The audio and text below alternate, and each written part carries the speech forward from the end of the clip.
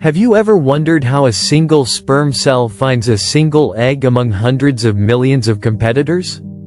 How does one tiny cell become a human being? And why do millions of sperm begin the journey, but only one usually succeeds?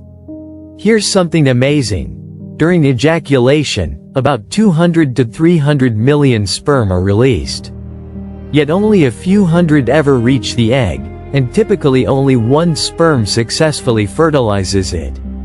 The journey is filled with obstacles, chemical signals, and remarkable biological events that happen with incredible precision. In today's video, we'll follow the sperm from ejaculation to fertilization, explain what happens inside the fallopian tube, and discover how the first cell of a new human life is formed.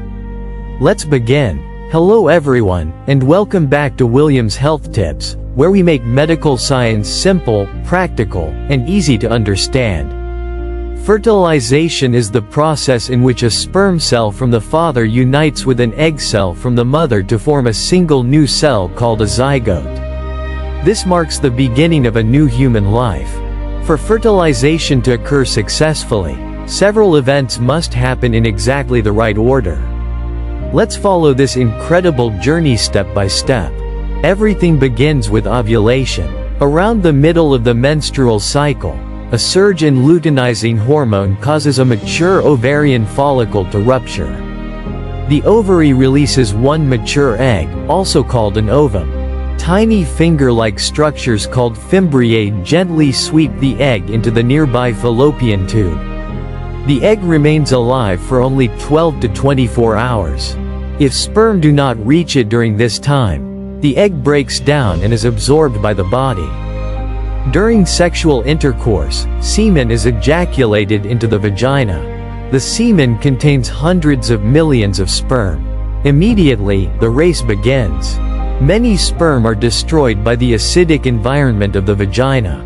Others become trapped in cervical mucus. Only a small percentage enter the uterus. From there, even fewer continue into the fallopian tubes. Out of hundreds of millions of sperm, only a few hundred usually reach the egg. Simply reaching the fallopian tube is not enough. Freshly ejaculated sperm cannot fertilize an egg immediately. They must first undergo a process called capacitation. During capacitation, changes occur in the sperm's outer membrane while traveling through the female reproductive tract. These changes increase the sperm's motility and prepare it to penetrate the egg's protective layers. Without capacitation, fertilization cannot occur. Fertilization usually occurs in the ampulla, the widest part of the fallopian tube. The egg is surrounded by two protective layers. The outer layer is called the corona radiata, made up of supporting cells. Beneath it lies the zona pellucida, a thick, protective glycoprotein layer. Many sperm attach to these layers, but only one typically succeeds. The sperm releases digestive enzymes from a structure called the acrosome. This is known as the acrosome reaction. These enzymes help the sperm break through the protective barriers surrounding the egg. Once a sperm reaches the egg's plasma membrane, their membranes fuse together. The sperm's nucleus enters the egg. Immediately, the egg undergoes a remarkable change called the cortical reaction. Tiny granules inside the egg release substances that harden the zona pellucida. This prevents any additional sperm from entering the egg. This protective mechanism is called the block to polyspermy. It ensures that only one sperm fertilizes the egg, allowing normal development. Inside the egg, the genetic material from the sperm and the egg moves toward each other. Each contributes 23 chromosomes. When they combine, the fertilized egg now contains 46 chromosomes. This new single cell is called a zygote.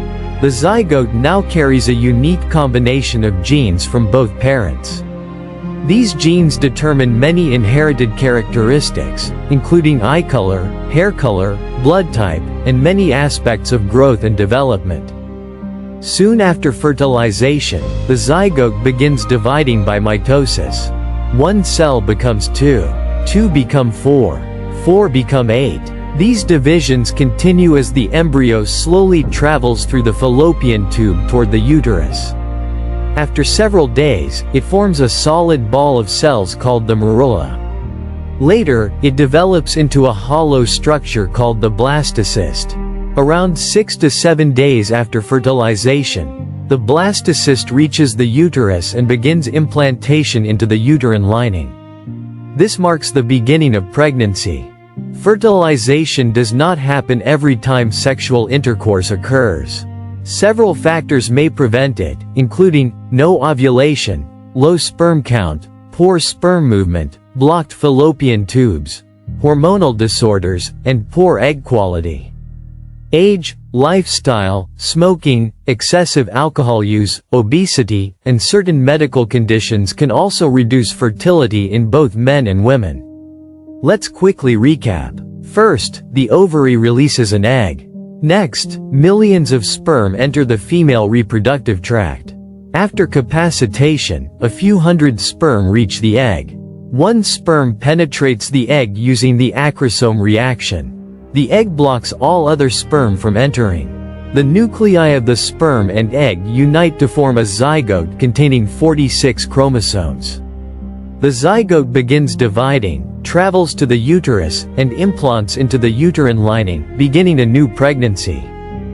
Fertilization is one of the most extraordinary events in biology. A carefully coordinated process that transforms 2 tiny cells into the first cell of a new human being.